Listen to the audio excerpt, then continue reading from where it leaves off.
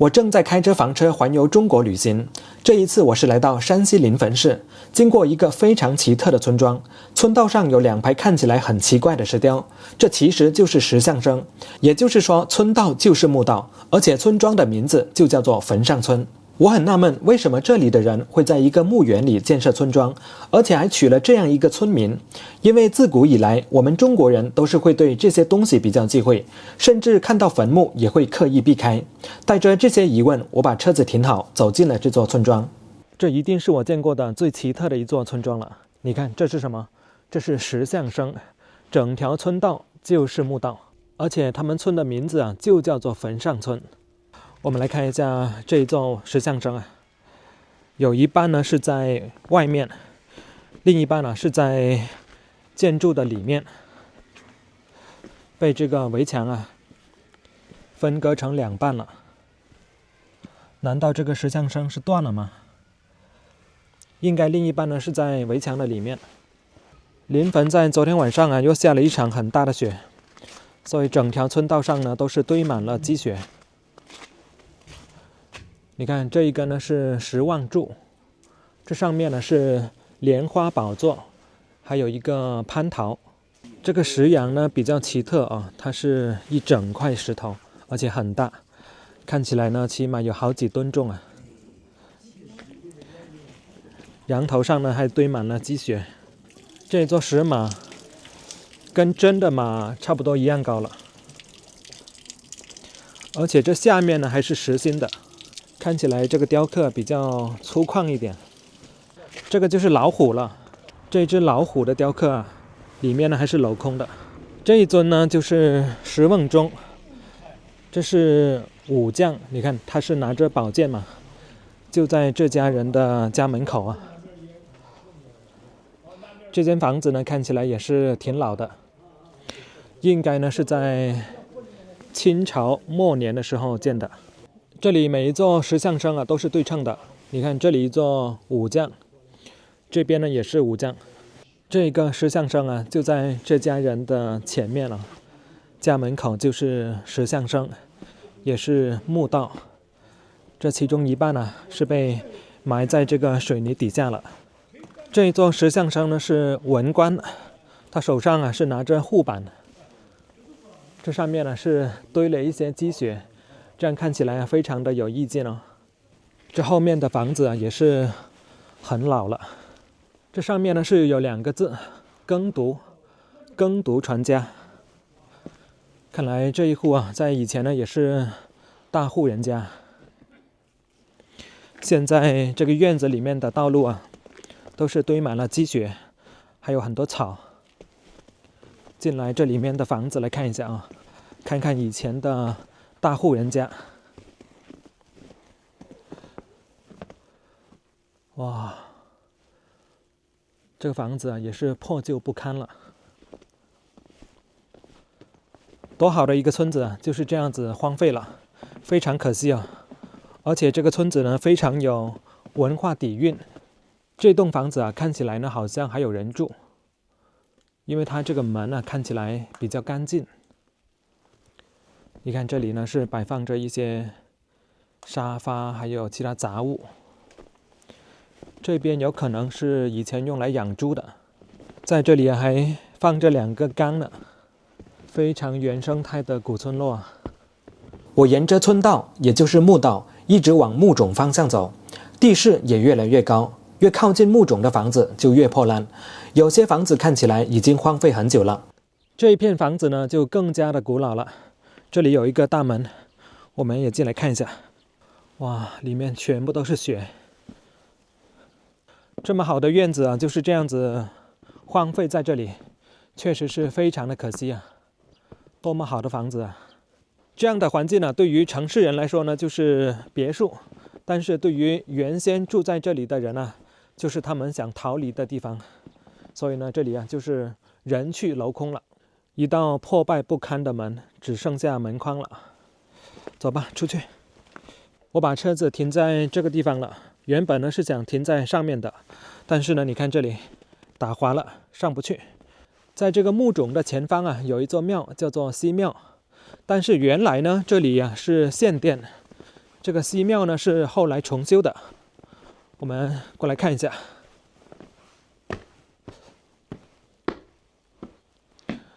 你看，这是五爪盘龙啊，典型的明朝的这个龙的风格啊。可惜这里是大门紧锁啊，进不去。里面堆满了积雪，透过门缝啊，还可以看到几座碑。但看样子呢，这个碑啊也是挺新的。这旁边呢有一条小道，可以通往墓冢。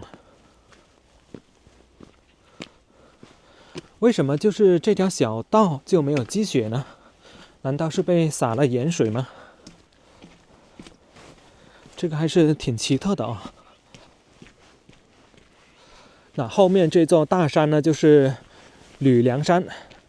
我们现在是在吕梁山的东侧，这个位置啊就是墓冢了。刚刚还有人从这里啊走过。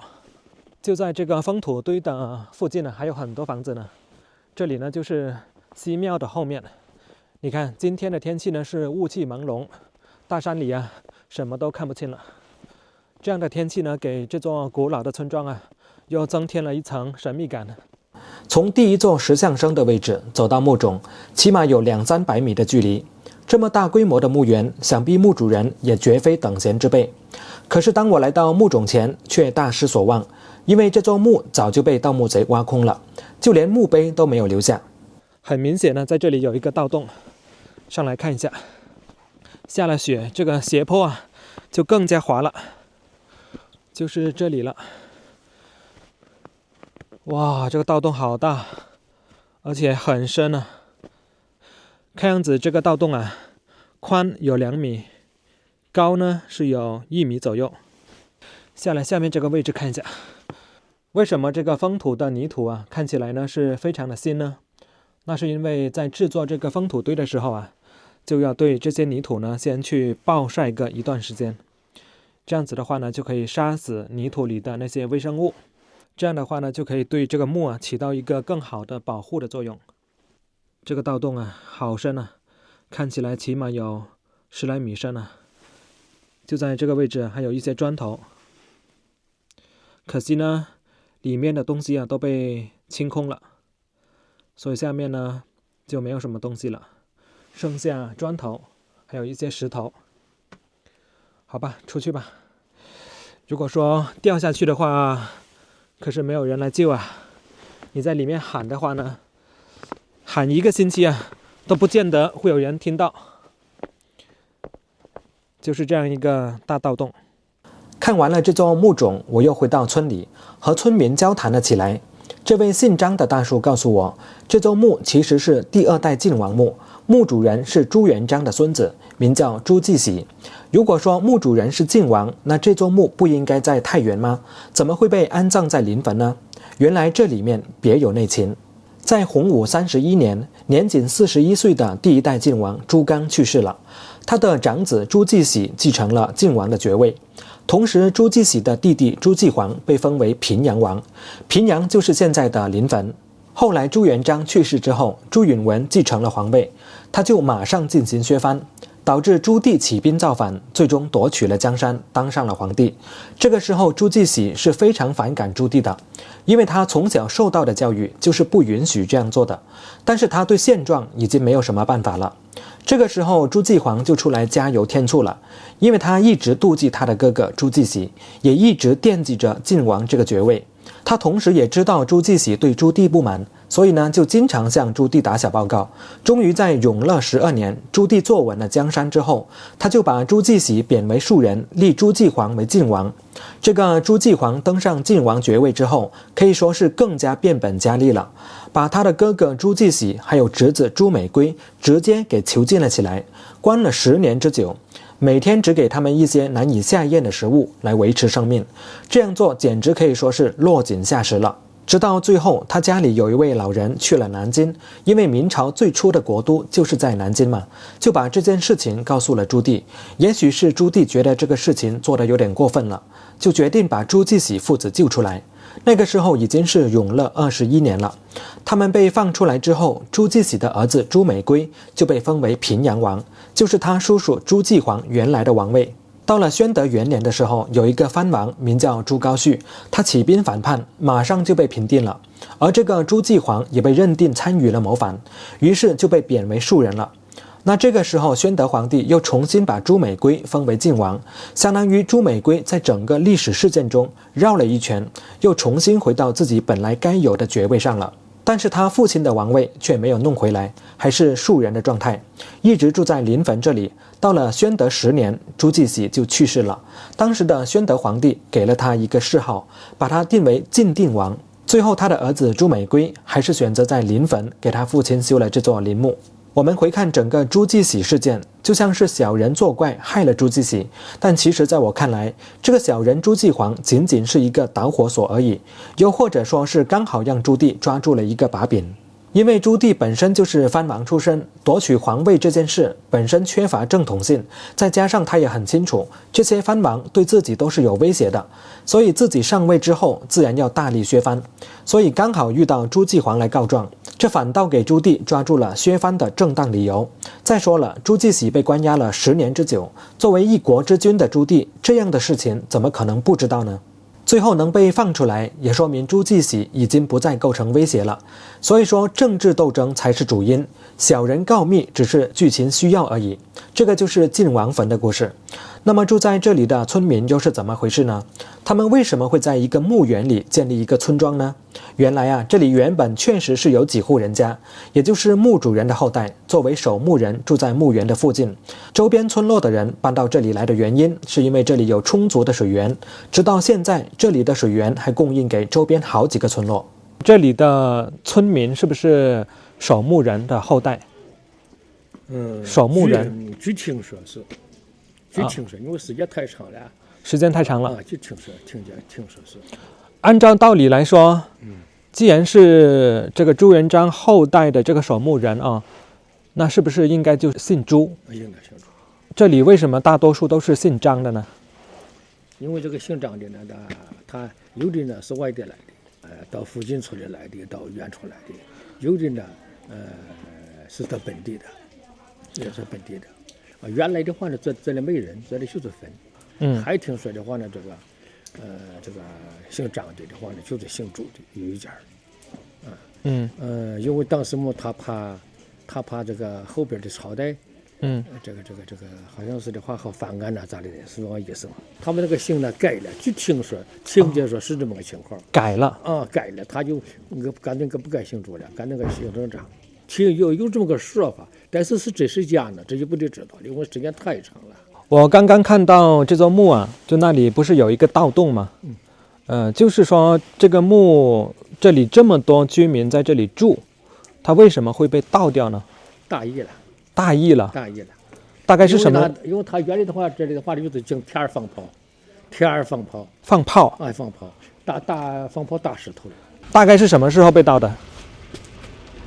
那个看那个算那个40多年。20多年30年。20多年30多年。这么多。对。90几年2000年的时候。90几年的就那个时候。就那个时候被盗的。那时候盗。那你们这个村子还是蛮奇特的哈，就是说现在整条村道啊，就是原来的墓道嘛。这里不是很多石像生吗？像这个村委会的这个2个狮子也是属于那个石像生。对，是。所以他把2座狮子挪到一边了。对。这是后来挪的。原来呢，的话都是一对的，对称的一对兔子，一对石马，一对石羊，一对石人，那都是一对的。原来人家这个村很漂亮，人家的话呢，什么都是立的挺好。那个楼一个楼戏台一个的话呢，从那个庙那个的话呢，一直就拍下去，可好看着。按照道理来说，这里整个村子应该在很久以前呢，它都是有围墙围起来的吧？是对。因为它是整个墓园嘛。对，墓园对围起来对。那这整个墓园有多大？当时整个墓园的，我看啊，整个墓园的话，从这儿到这儿，大概的话有个200米吧。200米。大概的话，这个对西的大概就是200米左右。南北的也是将近200米吧。谢谢张大爷啊。不要紧，不要紧。好，谢谢你啊。好，拜拜。